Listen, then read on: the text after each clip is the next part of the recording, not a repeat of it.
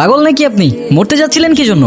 একে তো এত বড় একটা বোকামি করতে যাচ্ছিলেন, তার উপরে ড্যাব ড্যাব করে তাকিয়ে আছেন। ভ্যাম্পায়ার নাকি আমি জানি না আপনি কে। তো এতটুকু জ্ঞান তো দিতেই পারি যে আপনার কষ্ট যতদিন আপনার ভেতরে চেপে রাখবেন না, সেটা বিষ হয়ে ভেতর থেকে আপনাকেই খেয়ে ফেলবে। এখন বলুন, এই বোকামিটা কেন করতে যাচ্ছিলেন? কি ভাবছেন আমাকে বললে আপনার লাভ ছাড়া ক্ষতি নেই? আর এমনও তো হতে পারে যে আপনার প্রবলেম শুনে আমি আপনাকে কোনোভাবে সাহায্য করতে পারি। আমি প্রেগনেন্ট, ভালোবেসেছিলাম, বিশ্বাস করেছিলাম, কিন্তু ভাবিনি সে ভালোবাসা এইভাবে শাস্তি হয়ে ফিরে আসবে। আমি তালুকদার পরিবারের মেয়ে। আমাদের পরিবারের সমাজের নিয়ম না মেনে কিছু করে ফেলা মানে সবার কাছে একটা লজ্জা হয়ে যাওয়া।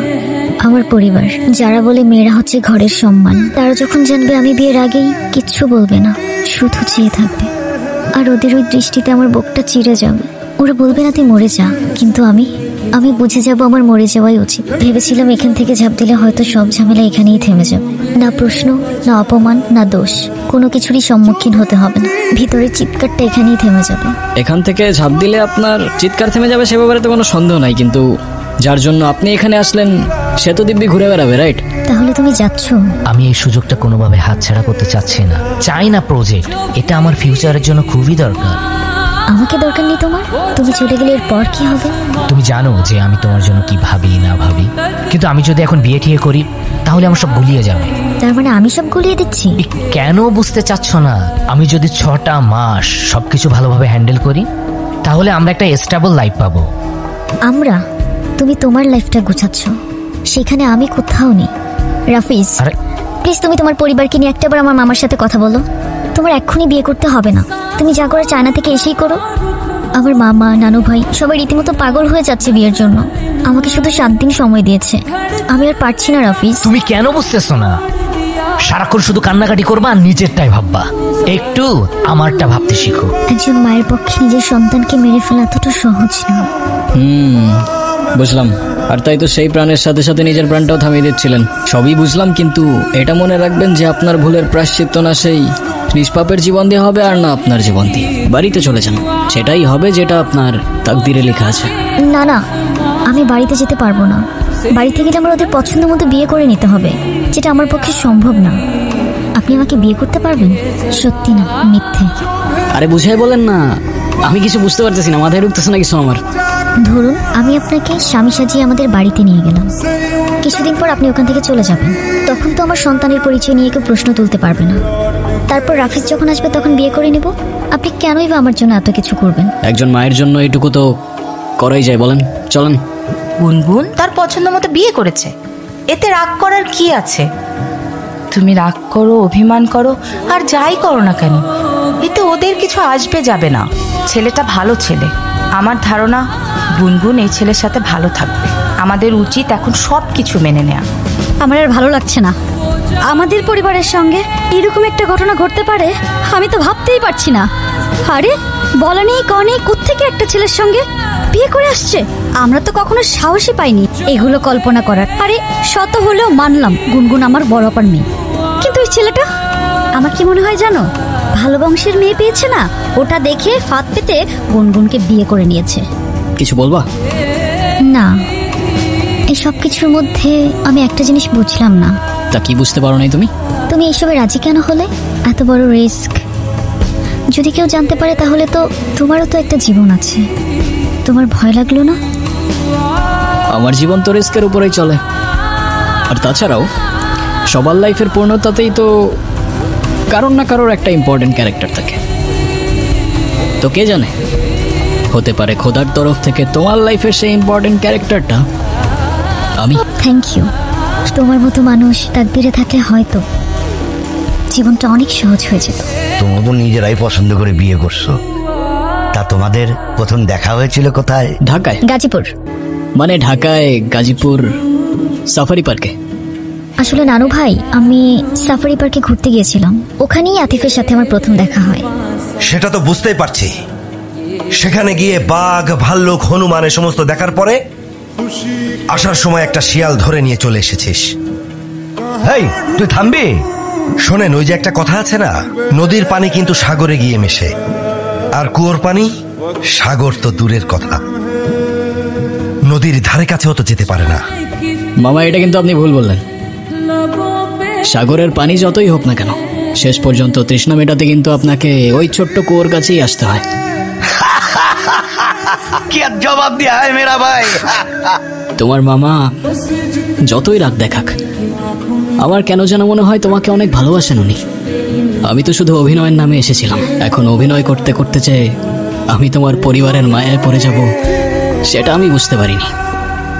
এই আতিফ ছেলেটাকে আমি যত দেখছি ততই যেন মনে হচ্ছে ওর চোখে মুখে অনেক কথা আছে, কিন্তু কথাগুলো মুখ দিয়ে বলছে না। এই কে আপনি?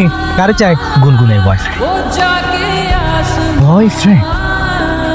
আমি গুনগুনের কিছুই না, আমাদের বিয়ে হয়নি, আর এতদিন যা ছিল তার পুরোটাই ড্রামা। গুনগুন রাফিজকে ভালোবাসে, কিন্তু ও জানতো আপনি এই সম্পর্কটা কখনোই মেনে নেবেন না, তাই ও আপনাকে কখনো বলার সাহস করতে পারেনি।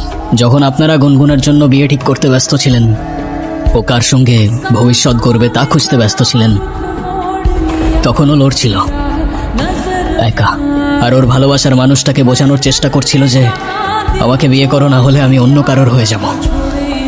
কিন্তু সেদিন সেই মানুষটা চলে গিয়েছিল, আর তার সঙ্গে অনুর ভরসাটাও হারিয়ে গিয়েছিল, আর তাই ও দাঁড়িয়েছিল একা একা মৃত্যুর কিনারায়। তবুও আপনাকে কিছু বলার সাহস করতে পারেনি, কারণ ও জানে আপনি ভালোবাসায় বিশ্বাস করেন না। আর তাই সেদিন আমি এসেছিলাম কোনো অধিকার নিয়ে না, বরং এই মেয়েটার সম্মান, একটা নিষ্পাপ ওর ভালোবাসা আর মর্যাদাটা বাঁচাতে। আর হ্যাঁ, আমি ওর কিছুই না, আমাদের মাঝে কিছুই নেই। এই সবটাই ছিল অভিনয়, আর এই অভিনয়ের শেষটাও আমি লিখে দিয়ে যাচ্ছি। চলে যাচ্ছি আমি, যদি কোনো ভুল করে থাকি মাফ করবেন সবাই। আতিফ, আমি তোমাকে মিথ্যে বলেছিলাম, আমি প্রেগনেন্ট না। রাফিজ চলে যাওয়ার পর আমি নিজেকে একা করে রাখতে চেয়েছিলাম। ও চায় না গিয়ে ওর ভুলটা বুঝতে পারে আর বারবার মাফ চাইতে থাকে। তবু আমি জানতাম সব শেষ, মামা নানুর দেওয়ার সময় তখন পেরিয়ে গেছে। কিন্তু এরপর শেষ একটা সুযোগ হয়ে আসলো আতিফ। ও ভেবেছিল আমি আত্মহত্যা করব, কিন্তু আতিফের কেউ না থাকা, অন্যের জন্য ভাবার কারণে আমি প্রেগনেন্সির মিথ্যে নাটক সাজাই। রাফিজের যাওয়ার সময়টার কথা ভেবেই আমি আতিফকে মিথ্যা বলি। এই মিথ্যেটাও তো তোমার ভালোবাসার মানুষকে পাওয়ার জন্যই বলেছিলে না? তুমি তাকে পাওয়ার জন্য কোনো কিছুই আর বাদ রাখলে না গুনগুন, আর তাই হয়তো তোমার তাকদির আজ তাকে তোমার কাছে এনে দিয়েছে। ভালো থেকো। এই দুনিয়ায় কারো উপর মায়া চলে এলে তাকে আর কোনোদিন মন থেকে মোছা যায় না, তবে তার থেকে আঘাত এলে ভালোবাসার আড়ালে লুকিয়ে পড়া যায়। সরি গুনগুন, আমার জন্য তোমার অনেক কিছুই ফেস করতে হয়েছে। তুমি চায়না থেকে চলে কেন এলে?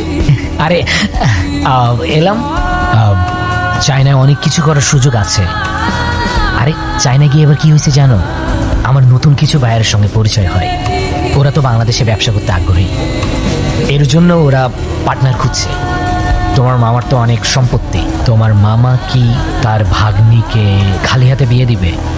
তুমি ফিরেছো ঠিকই, কিন্তু ফিরেছো নিজের জন্য, ভালোবাসার নামে নিজের স্বার্থ নিয়ে। আরে কি বলতেছো তুমি এসব? আরে এসব কিচ্ছু না। আরে আমি তো চুপ, তোমার মুখ থেকে আর একটা শব্দও না। আজ আমার নিজের উপর রাগ হচ্ছে। আমি তোমাকে ভালোবেসেছিলাম। তুমি জানো আমি তোমার জন্য কি কি করেছি? তোমার জন্য আমি আমার ইচ্ছের বিরুদ্ধে গিয়ে আমার ফ্যামিলির সাথে মিথ্যে নাটক করেছি। আর আতিফ, তার তো আমার কাছে কোনো চাওয়া পাওয়া ছিল না, তবু আমার জন্য, আমার সম্মানের জন্য সে এই বাড়িতে এসেছে। যে মানুষটা আমার জন্য এত কিছু স্যাক্রিফাইস করলো তাকেই আমি মিথ্যা বলেছি, আর সেটাও শুধুমাত্র তোমার জন্য। আর আজ তুমি এসেছো, সাথে করে নিয়ে এসেছো টাকার হিসেব, ব্যবসার প্রজেক্ট। এটা নতুন কিছু না। তুমি যখনই আসো তখন ভালোবাসা নয়, তোমার দরকার নিয়ে আসো। ঠিক আছে, তাহলে যাও, তোমার আতিফের কাছে যাও। তোমার প্রেম ভালোবাসা সব তার সাথেই মানাই। হ্যাঁ, একই বাড়িতে থাকো, একই ঘরে থাকো, না জানি কি কি হয়েছে এর ভেতরে। আমি তোমাকে ভালোবাসি না।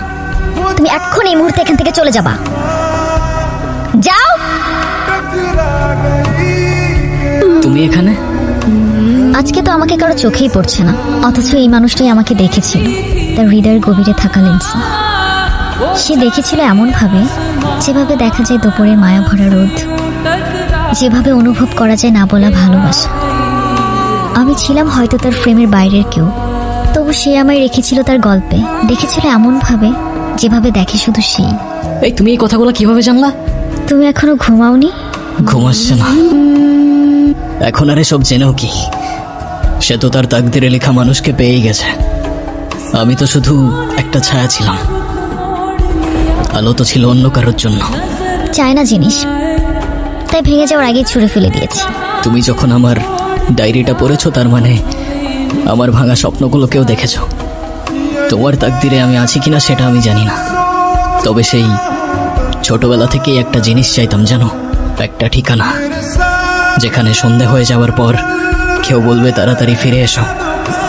সকালবেলা ঘুম থেকে উঠে কেউ বলবে ঘুম ভালো হয়েছে, আর দিন শেষে খাবার রেখে বলবে ঠান্ডা হয়ে যাবার আগে ভাতটা খেয়ে নাও।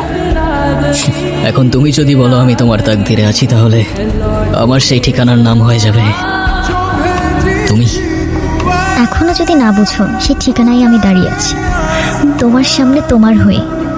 তবে শুধু ভালোবাসার জন্য না, একসাথে বাঁচার জন্য, একটা জীবন গড়ার জন্য। যে ঠিকানায় শুধু তুমি আর আমি। এবার তুমি বলো, আমি তোমার তাকদিরে আছি কিনা?